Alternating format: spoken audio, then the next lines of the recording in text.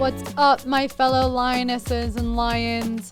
Welcome to the Project Lioness podcast, where we are here to disrupt the mainstream narrative when it comes to health, holism, and human consciousness. We are here to share bold truths about health and life from a female perspective. This episode is brought to you by our team, Inspire Co., where we stand for your health being inspired by choice rather than being inhibited by chance. Thank you for being here and joining in on these raw, real, and powerful conversations. We hope our show brings you inspiration and empowerment to overcome challenges, reclaim your life, and ultimately pursue your mission with power, purpose, and play. Now, let's get into the episode. Hello, everyone. Welcome back to the Project Lioness podcast. This is your host, Dr. Mel, and today I am joined by an amazing woman who I love so much, Dr. Danielle Vogler-Bos, and she is here today to talk and share all about my friend's cycles and women's health and hormones. And we're specifically going to be diving into some things and myths around cycle tracking, birth control, and what you can do to start to reclaim your health naturally from the inside out. So without further ado, I'm going to introduce Dr. Danielle because she has a plethora of wisdom and share how she got into what she does. And I'm going to go over here to my other screen. So give me a second, y'all. So Dr. Danielle is a licensed naturopathic doctor and the heart behind By Design Integrative Medicine, serving women across the Twin Cities and St. Croix Valley. She's on a mission to help you rewrite your health story, whether that's smoother periods, thriving through menopause, boosting energy, or growing your family. With advanced training in naturopathic, functional, and integrative endocrinology, she blends science and natural healing to help you feel like you again, vibrant, balanced, and fully in charge of your hormones. So welcome, Dr. Danielle, to the podcast. Yes, thank you so much for having me. I'm so excited to be with you. I was really excited when you asked me to be on here today, so thank you. Yeah, I'm honored that you can be here. And you know, you guys, for those of you tuning in to the YouTube, and maybe you're seeing some reels of this, Dr. Danielle and I did not coordinate our outfits, but that's we did not. Yeah. But it's working perfectly. It's like magic. That's what happens when you're in alignment with the people that you collaborate with. So yes. I love it. Well, before we get into the content, Dr. Danielle, for our listeners, you know, majority of our listeners they're women, they're in professional careers. A lot of them are entrepreneurs. A lot of them are actually other health and healing providers. And what I say in the Project Lioness podcast is that we're here to talk about bold, raw, real truths that, you know, a lot of people maybe don't feel confident talking about. That's something I actually love about your content is you're kind of, you know, you're bold in and of yourself. I see your work out there and you're like, hey, I'm going to tell you actually the bullshit behind this. But we all have our own personal journey. And I know I have my personal journey with healing my cycles. I actually, you know, for those of you who don't know, I work with Dr. Danielle myself. I refer a lot of my practice members to her.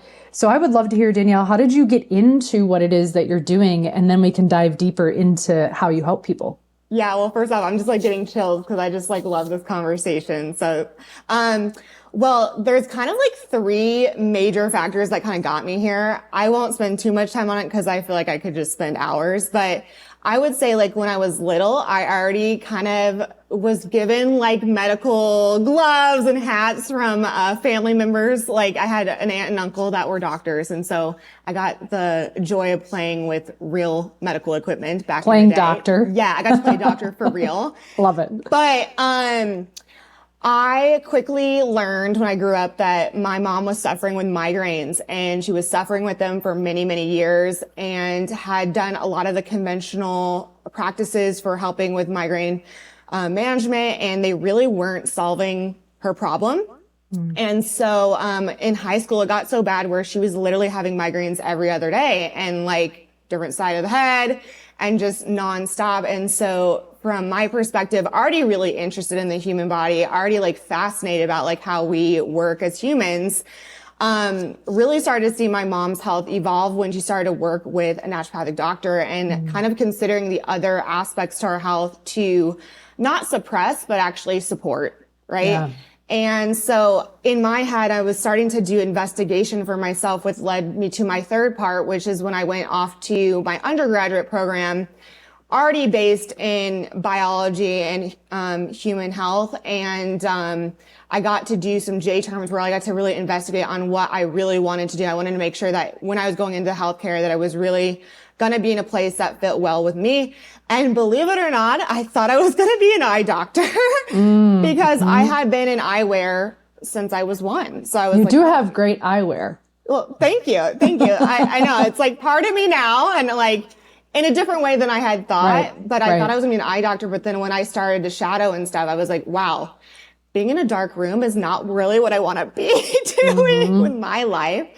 But on that journey, I got to actually talk with other holistic healers. Like I was in a hospital setting and got to hear a story about a nurse that actually left as a nurse in the oncology department, came back to do energy work with them who were getting chemotherapy, and also got to talk along the ways of what people liked and what they didn't like about the healthcare system. And I really ended up finding that there was naturopathic medical doctors that were trying to blend our toolboxes together of conventional with holistic medicine. And I was like, wow, the principles and the concepts just click for me. And so I was really excited to like, you know, dive into that world and find what that looks like. So yeah.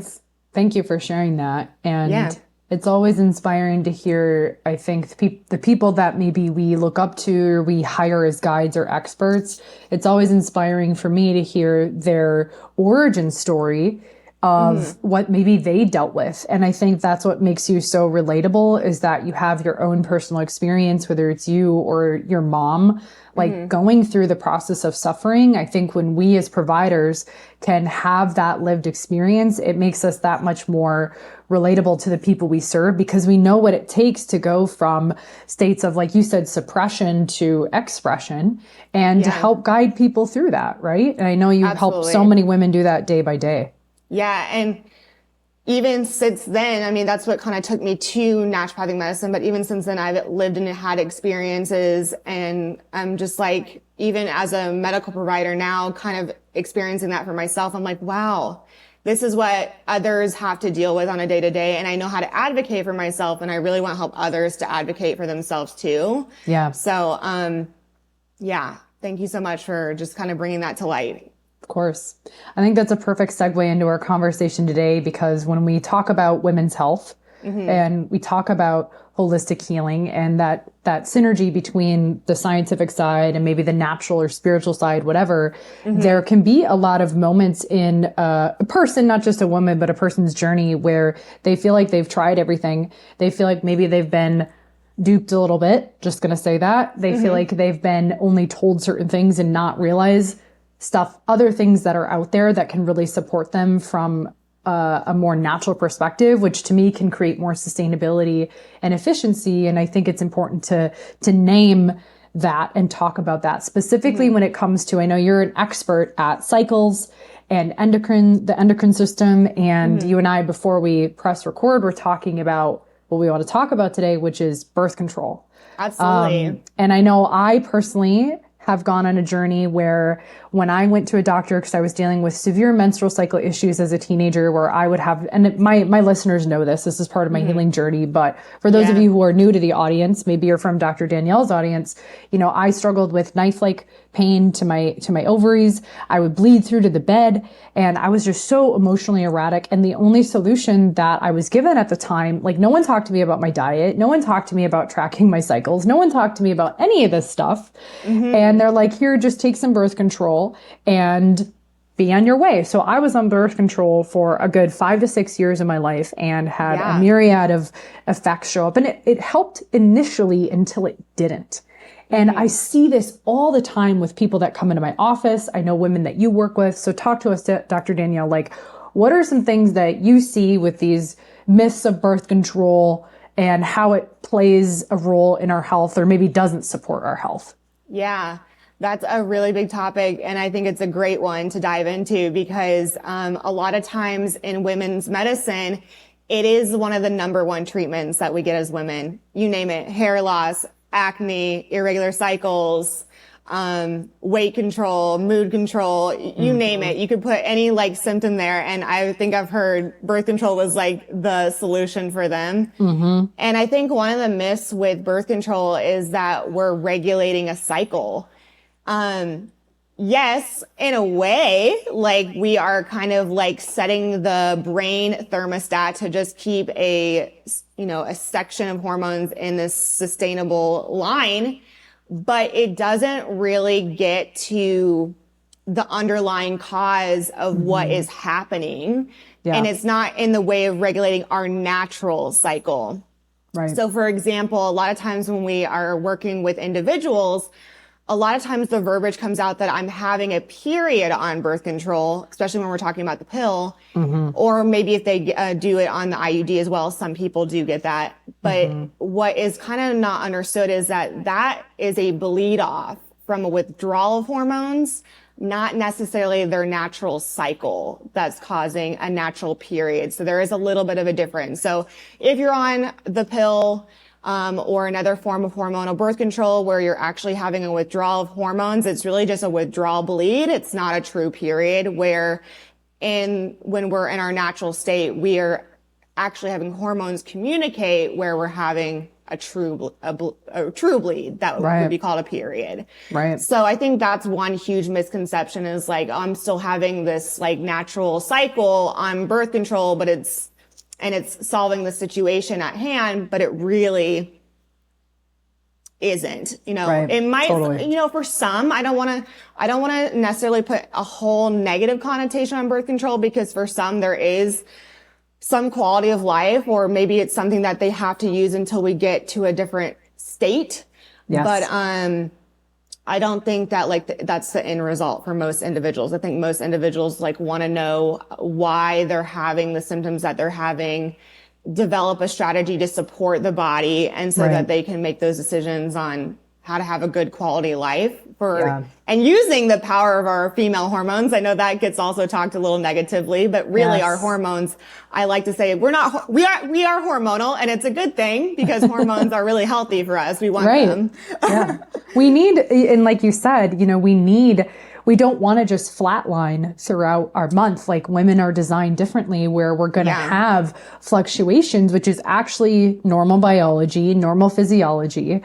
And I am grateful that you said that because I was thinking that too is, I have a lot of people come into my office and I'm sure you do too, where maybe the strategy has been to be on an IUD, to be on an implant, to be on birth control because it's just trying to mitigate what's happening right now. Yeah. Not from necessarily an emergency perspective, but just to navigate life and have some level of quality of life. But then you have to consider, okay, what is your strategy beyond this rather than thinking so short term? So those of you, if you are on birth control, we're not here to judge you. I've walked that path. Yeah. A lot of people we serve have walked that path. Dr. Danielle's walked that path. And so we're not here to judge you, but we want you to know that with every choice you make in life, there is consequences. And that goes to positive choices. If you're going to go train for a marathon or something, the consequences, you might be a little bit more sore, right? It's going to take time out of your day. You're going to probably have to eat more calories. So there's a consequence to everything. And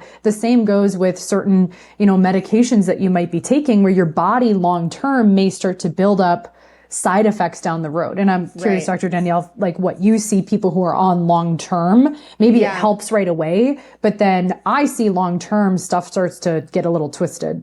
Right. Yeah. I've seen where women have been put on a certain pill and then because they don't respond well, they get another one and then another one. I've seen where they've doubled up on hormone birth controls. That's crazy. Yeah.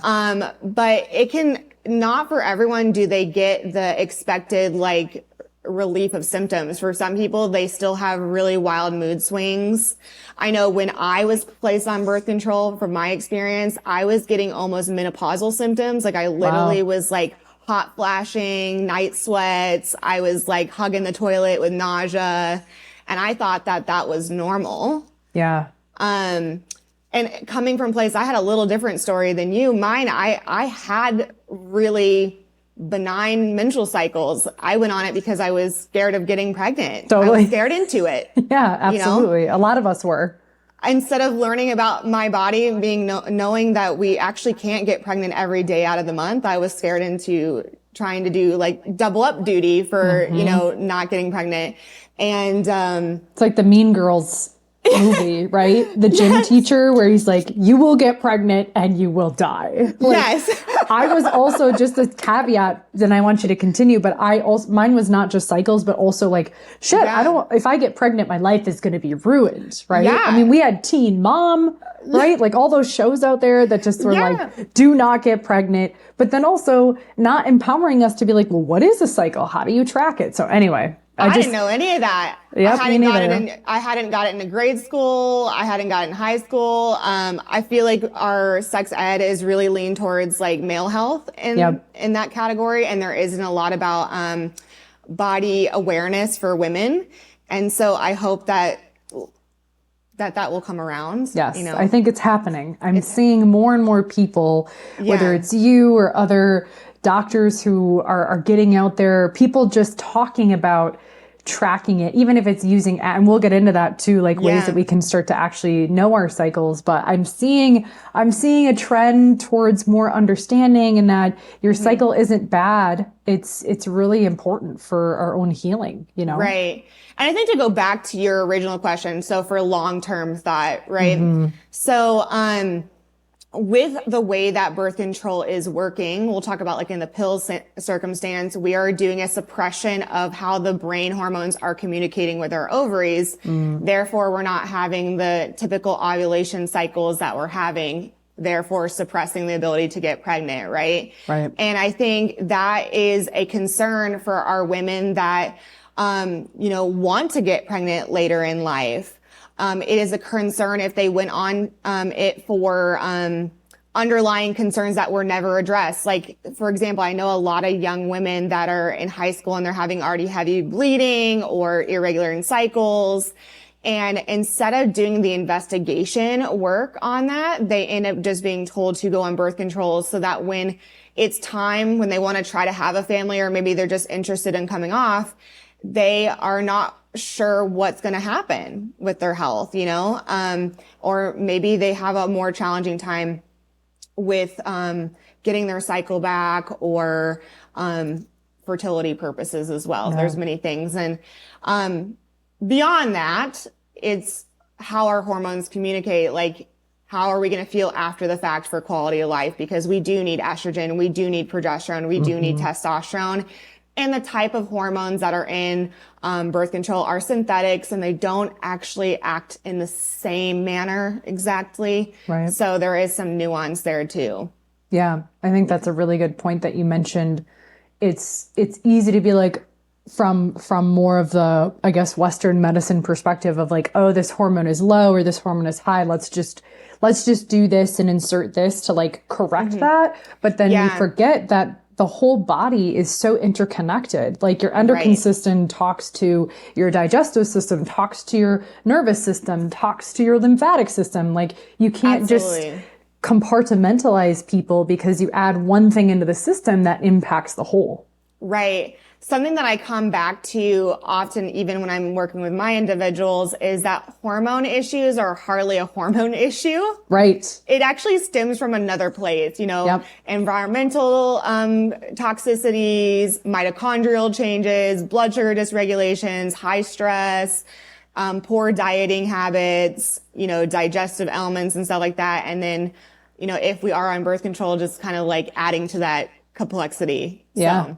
Yeah, I think, I love that you spoke to that. Things that we see on our end are definitely like the childhood trauma experiences, where if your body's in that fight or flight state since the age of 5, of course you're going to have potentially elevated cortisol, which impacts all those things. And full transparency, I shared with you all, the audience, that I've worked with Dr. Danielle now for a number of months, maybe, a couple of years now.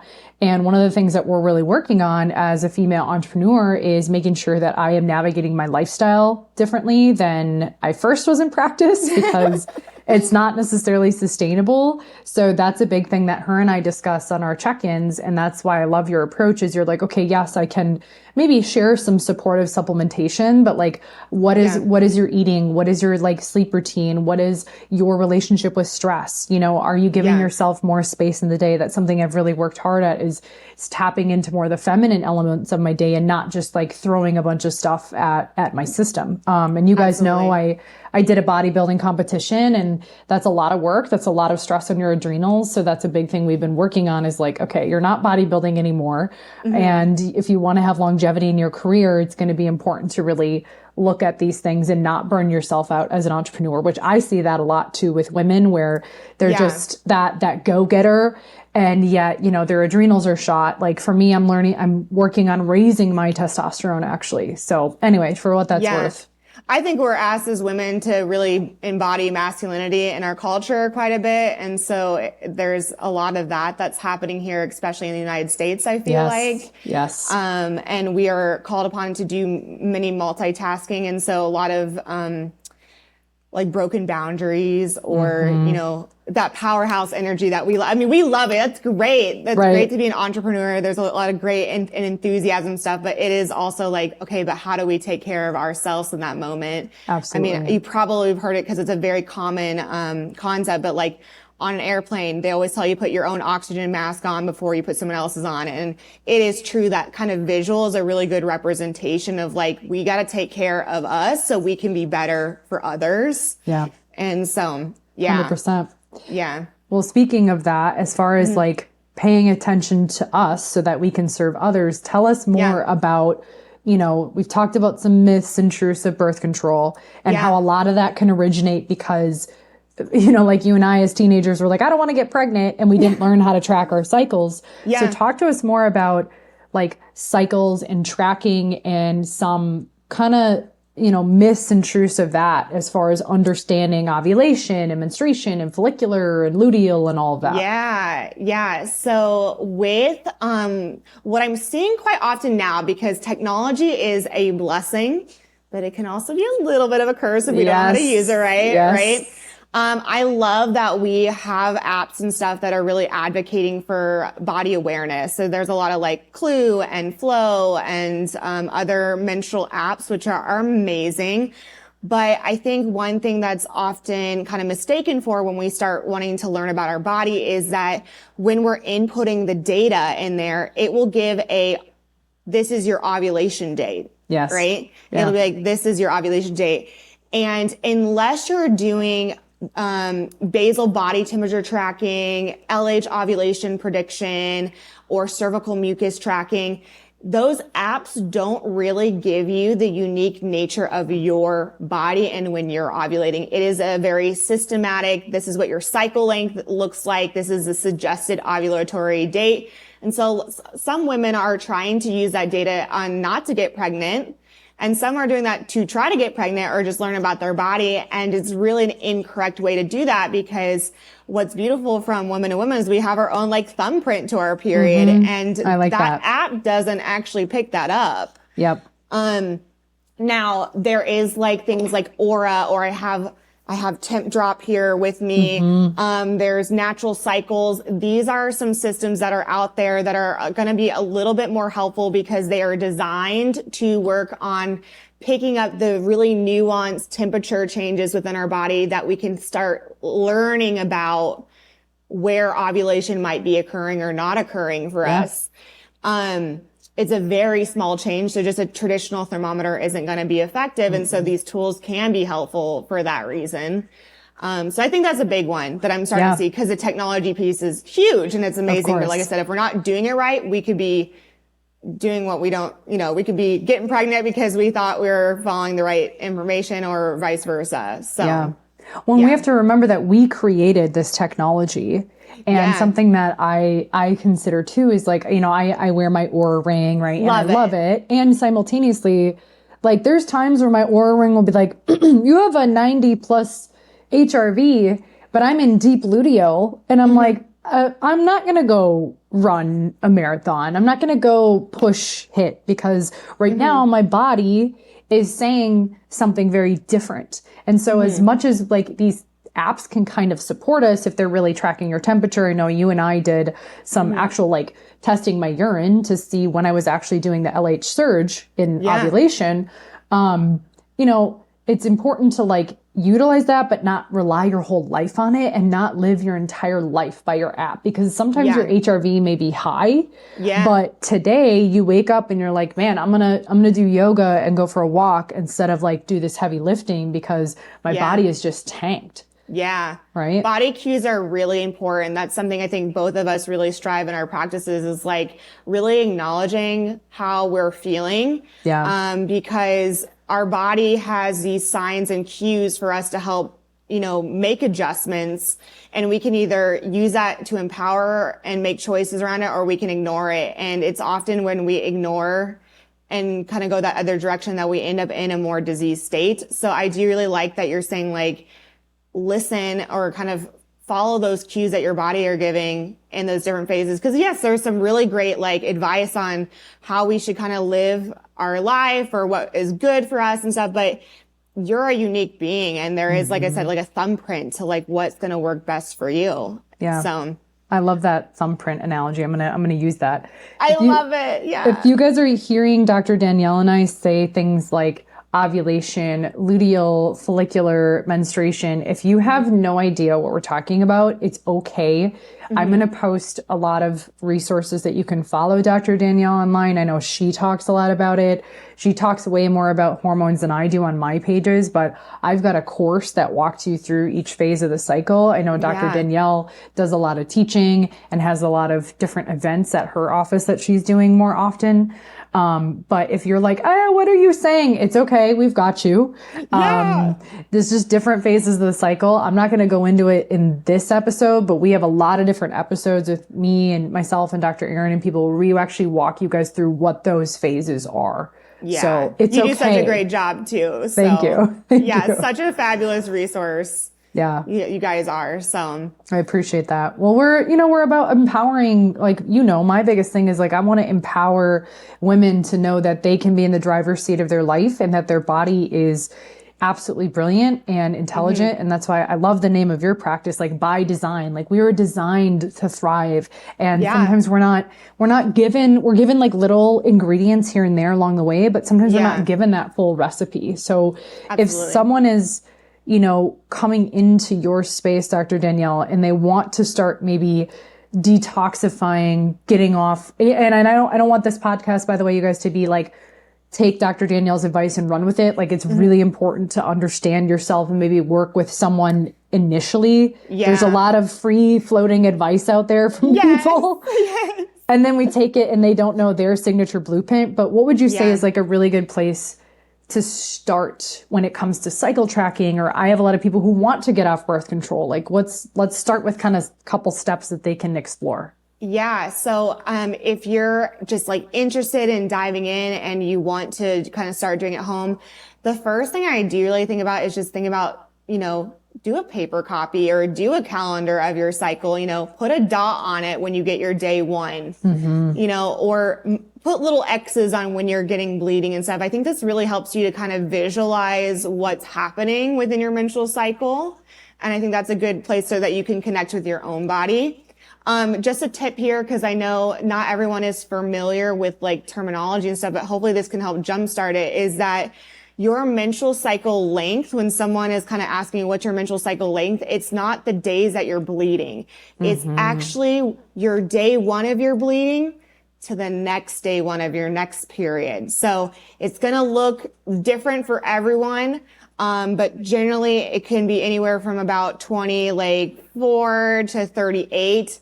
I like a little bit more of a narrow window. We can talk about that later, but seeing that kind of cycle length is going to be really important for you. Hey, are you regular? Are you varying in degree? Things of that nature. And then period length matters too. How many days are you actually bleeding? How heavy is it?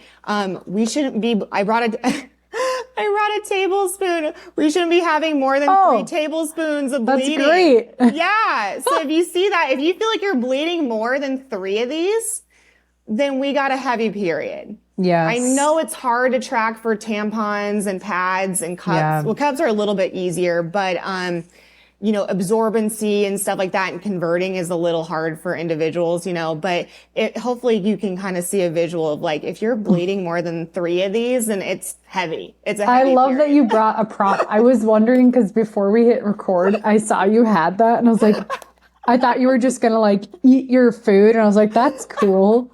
But I love that you brought a prop, because that, again, these are things that are not, these specific nuances, right, are not taught in our educational system. They're not taught at, I don't know what, I'm curious what if we put a pause on this and go on a tangent for a second. Yeah. My experience with understanding cycles in 5th grade, when we had the talk where the boys went over here and the girls went over here, it was like, eventually you're going to like have your period and you're going to like, it happens once a month and you're going to use this tampon.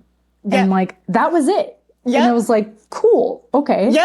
Like that was it. And that was it. I remember this, I asked a question, 10 years old, right? I'm 10 years old. And the question I asked was like, so when you get your period, do you like bleed all over the shower? Like they didn't even go into some of this stuff. Like I had no idea. I had no idea. Who knows? It was probably moms of the teacher, or not moms of the teacher, but like the teacher or moms of whatever, like coming in and teaching this stuff, and they don't even know. So I'm curious what your experience was like. That was my same experience of like, okay, period, we're going to bleed. It's going to be once a month. And then I think like maybe like a little longer, I got the knowledge level. Periods look like this: painful, heavy, tired, miserable, moody. That's the norm. And, but I even remember like the first day I learned how to put a tampon in. I'm like, where does this go? Right. That's so true. I thought the same thing. I remember when I like got mine, it wasn't actually like a true bleed. It was like the discharge or whatever. Yeah. And I was like 13 and I was at a friend's house and it started happening on my underwear and I went to wipe and it was like brown. And I was like, oh my gosh, what is happening? Because no one talked about this. No one talked about this like discharge that can happen. Yeah. And I'm like, I told my friend, I was like, I have to go home. Like, I have to go home. I don't know what's going on. I'm dying. And I go home and I change. And that's like when my mom would still kind of do my laundry. And I threw my underwear and I was like trying to be all conspicuous and like put literally toilet paper in my underwear. Cause I was like, something's wrong with me, which what type of programming is that for a woman? Like menses is such an initiation into womanhood that can be so powerful. But then my mom knocks on the door and she's like, honey, did you get your period? And I was like, stop, mom, man. I just was like broke down crying. And I was like so embarrassed because I was embarrassed, not because I got it, because I felt like I didn't know and that I should have known. Yeah. Right? Yeah. Yeah, I feel like our stories very similarly aligned. Like, it was a very cloudy time of like, what is going on? Yeah. So, and there's a lot of that. And I see that even, unfortunately, with women that have already transitioned to perimenopause and even in menopause, like when we have conversations, there's still that lack of knowledge. And it's not anything that they did wrong. I just think we weren't taught. Yeah. And I'm very excited that like conversations are starting to happen. Like you said, I think we are stepping into that a bit more, because I think that will just set up our women for much better success for, body competency. Yeah. So, and it can be so empowering when you're not sitting there judging your body like, oh my gosh, what's wrong? But like, oh, this is a sacred part of this experience, whether it's, the initiation of menarche to perimenopause to menopause to postmenopause, and being able to see women navigate these phases of life from an empowered perspective and honor slowing down during your cycle. That, maybe you do feel a little bit more inward or you're having some sensations. I've gone from knife-like pain to I have a little bit of pressure when I'm about to bleed for about 20 minutes and I just lay there and I breathe, and my husband will often put his warm hand on my uterus and we'll just breathe. And it's very like sacred to slow down. And I think when we can do that in our culture, that empowers the next generation, that they don't have to shame their body. They don't have to hide it, and that there's nothing to be ashamed of being a woman and having a cycle. Yeah. It's actually our superpower is what I'd say. It is our superpower. So I like that. But I think, yeah, for those that are just wanting to get started, I think just kind of like I said, you can use paper, you can use apps if you want, things like that. But like just making a notice of like where your cycle is with bleeding, length, how are you feeling during that time, like connecting back and experiencing what's in your body. I always kind of say if it's too long, too short, too painful, too heavy, too little, these are all things that like are signs that things that something may need to be supported. And so, yeah, I think the visual, because some people don't really know about like the heaviness.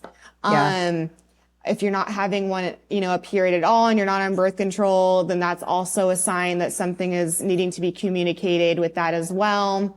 Yeah. Your period, yes, like you're saying, yeah, you might feel a little less energetic. You might feel a little bit more reserved or a little like, you might feel things in your body, but it shouldn't feel like you need to curl up in a ball and sleep in bed for 2 days straight with a lot of pain meds, things like that. You should still be able to have sort of a day-to-day routine. And so I think those are some just like drops that, yes, it is very common that women, we've experienced this, but it's not necessarily what needs to be the norm. Yes. And I don't know why we ever have taught women that that should be their norm, but it's not the norm. Yep. I 100% agree with you. And I knew that wisdom at an early age when I was, having way more than 3 tablespoons of flow and incapacitated. I was like, what I would hear from people is like, oh, just take Midol. Like that's normal. That's what it is to be a woman. And something in me was like, no, it's not. Like I understand, our hormones are going down at that time and it's normal to go more inward. But now I find my cycle to be one of the most potent, powerful times of like downloads. Like I get the coolest downloads and I can still function, right? I may not book my calendar solid, but I do different, like the way I engage with life is differently. And I love that because we say that too, just because something is common doesn't mean it's normal. Right. Absolutely. Yeah. Something that I think we're kind of on the same page. I've started to, do less engagement, like just taking a moment for me to kind of recapture myself. Maybe it's something that I want to treat myself with like a massage or a little facial or something just to be soothing during that time. Like taking some time and space, even if it's just purely like resting, Yes. We don't talk about rest enough. Like we think it's almost bad in our culture to sit down and rest. I don't mean scrolling and watching TV. Okay. This is not mentally resting. I don't know where that came in play either, but actually like journaling or sipping tea on the back deck or going for a gentle walk, like movement, like gentle movement is still really good for our pelvic floor and kind of easing some of that pain signal. Maybe it's some yoga poses, things like that. So, that's rest to me. I don't mean scrolling. I don't mean binge watching TV, stuff like that. So. Yeah, that's very true. There's so many different forms of rest. And if you're kind of in an avoidant type nervous system behavior and you're scrolling, you're not giving your mind rest. Sure, maybe your body isn't doing anything, but your mind and your emotions are like still being stimulated. So I love that you brought that up. I mean, my go-to is to do a hot Epsom salt bath and read a book. That's like my go-to, or just, laying and journaling and drawing cards. Or I have found too, if I can get some gentle movement in during my cycle, it is a game changer as far as any pressure or pain that I might be feeling. Yeah. I love where you like do the crouch where you're like almost in a squatting position. That's one's really soothing to the pelvic floor. Nice. Little, cat cow can be really soothing as well.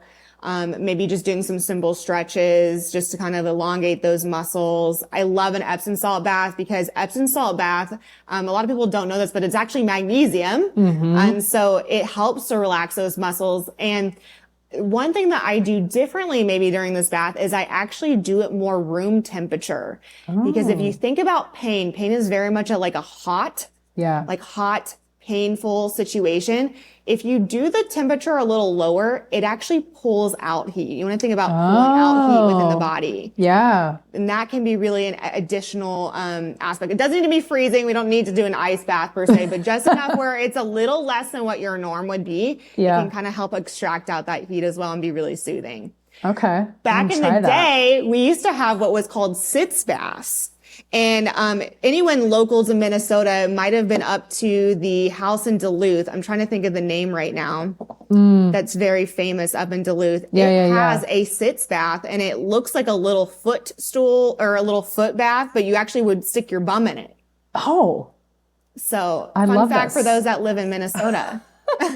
Get yourself a bum bath from Dr. Danielle. No, she doesn't sell. I don't think you sell those. I don't sell them, but you can just use a regular bathtub nowadays. But it was really meant just to sit in. You would just stick your bum in it. I love that. Yeah, because then you don't have to get your whole body, right? Yeah. I think that's a part of it for me. Like you, and I want to try that because I will often make it pretty warm, especially in the winter. But part of that is like that soothing water energy on the uterus to like support that. So I'm going to try maybe a little less heat. Yeah. Especially in the summer. Hydrotherapy. Yeah. Okay. I think a lot of people, we don't think about it, but hydrotherapy is a form of medicine. I think we've used ice packs and stuff for like injuries, right? Or we've done hot packs for injuries as well at different times. Yeah. But there's actually different ways of using water beyond just an ankle sprain or, you know, a sore back, things of that nature. You can actually use it with your menstrual cycle. Yeah. And so, yeah, just like cooling that temperature, you could rotate it. That helps with blood flow. I would suggest if someone's got a really heavy flow, like really heavy, hot temperature, the reason why I don't like to tend to go towards that is it actually vasodilates our blood vessels. And so our endometrial lining actually has a ton of blood vessels that are being shed off, basically. It's like, you know, shedding. That's what our actual period is. And so the more that we stimulate vasodilation, it may stimulate a heavier bleed. So that's another component. Just for those that are, you know, not to say that you can't use warmth. I know a lot of people feel really good for muscle relaxation stuff, but for those that have a really heavy bleed, be mindful. Like, does a really hot bath worsen it? Yeah. I maybe wouldn't do it then. I would do a lesser. That's a good idea. I want to try that. And that goes back to what you said, Dr. Danielle, is like, are you tracking these things? Like, hey, I did this time, and like, what was the outcome? I know I've been public about this on other podcasts, but I've been really experimenting with like free bleeding. So using more period underwear than products. Right. But these are things like empowering y'all, our audience, and whoever you choose to share this podcast with, like, watch what happens. And sometimes it takes a couple cycles to notice things because holistic healing is not a quick fix. And I know, Dr. Danielle, you and I could go on and on and on about this. And that's why I think it's important that they engage with you to really understand their thumbprint. One thing I wanted to say too, before we kind of close this out, is back to the hydrotherapy. You got me thinking, you know, our indigenous cultures and people who have grown with the elements, right? Fire, water, air, earth. Yeah. All of that is like, our ancestors, I feel like, have had such wisdom that's been, you know, maybe washed out in the Western world, but there's so much wisdom when it comes to understanding herbs and understanding how to use water differently, or temperature, or understanding how different elements impact our chi or impact our flow. And that's why I love your approach of like taking some of these like holistic strategies and now the science is finally like catching up with stuff, right? Yeah. It's amazing because a lot of people think there isn't a lot of science backing to it, but there is actually a lot of science backing to it. Yep. Out there than you think, even for botanicals and nutraceuticals, different diet and lifestyle patterns, things like that. I think there is a limitation for women in the literature. So I think that is an aspect of science that is still unfolding, but I think there is a lot of like therapies and stuff that we do have science backing to it. So yeah, agreed. Yeah. Well, as we wrap this up, I would love to hear from you. You know, if someone is wanting to debunk these myths about birth control, understand tracking, and really start to get a hang on their hormones and their cycles, what are some of the ways that they can engage with you as far as working with you or learning from you after this episode? Absolutely. Well, I love to be a resource on our Instagram and Facebook. So if you're just dabbling, want to check it out, there's a lot of things that I put out from a day-to-day basis. There are classes that we're offering in our office, usually more in like the winter, spring, and then in the fall. So kind of be on the lookout for those classes. Here, I don't know the exact date when we can plug it if we need to later, but like May 30th, we're doing like a cycle tracking class. So someone who's interested in the family awareness method and doing it right, we're bringing an expert on that so that you can learn more. But we're often doing topics around fertility, menopause, perimenopause, digestion, how that's connected to hormones. So if you want to get on our newsletter, that's another aspect. But if you are wanting to work with a provider that does more whole body root cause approaches that are really tuning into your body. So, I mean, like truly learning about you, making a unique plan, being really mindful about what tools we have in our toolbox and having an in-depth conversation, you can absolutely reach out on our website, check us out. You can give us a call, but there's also a lot of other providers. I'm a licensed naturopathic doctor, so you can actually look, if you're not here in the state, there are organizations across the US. I would say go to, it's called AANP. We can link it. It's our American Association for Naturopathic Physicians that might be able to help direct you for the different states, so that you can kind of find someone in your area. Yeah. But, I do virtual, and I definitely am here as a resource for Minnesota and Wisconsin if that is something that you're interested in doing. So what is your website? So, wow, www.bydesign.imc.com. So Integrated Medicine Center, is that what that stands for? Yeah. By Design Integrative Medicine. You can find us there.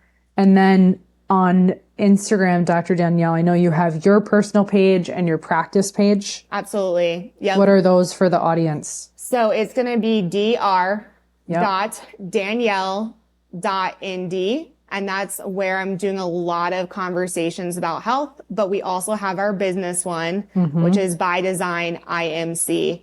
If you find my personal one, the drdanielle.nd, it'll be linked there so you can easily find both.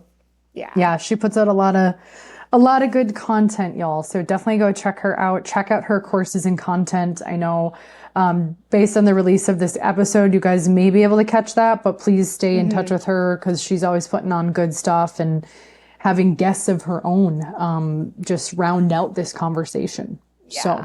Anything else you want to add, my friend? No, just many blessings to you and your practice as well. I know there's some lovely changes that are coming about for you in your season. And so I'm always here to, congratulate you and cheer you on. And for anyone, I'm sure the people that are here, but if there's new ones coming from my side, Dr. Mel is such a fabulous resource. Dr. Erin is also on her team. Great women to work with. So check them out as well. Thank you. I appreciate that. Yeah. All right, y'all. Well, thank you, Dr. Danielle, for tuning in and sharing your wisdom with us. If you guys haven't already, go to the show notes, go give her a follow, share this podcast. If you found value in this, please share with someone you know who is really looking to empower their health from the inside out when it comes to cycles and hormones and things like that. But we appreciate you for tuning in. And as always, peace, love, keep inspiring, and we'll see you next time. Stay hormonal. Bye. Stay hormonal. Bye. Thank you for joining the Project Lioness podcast. Did you find value in today's episode? Help us impact the lives of others by sharing this podcast with someone you know who would resonate and benefit from the Project Lioness message. Excited to hear more? We invite you to subscribe on whatever platform you're tuning in on. And we'd be so grateful for you to leave us a review about what you enjoy most, as well as what you'd like to hear more of. Thank you so much for all of your support. Sincerely yours in power, purpose, and play. Dr. Mel with the Project Lioness podcast. Keep rising, keep roaring, and keep inspiring.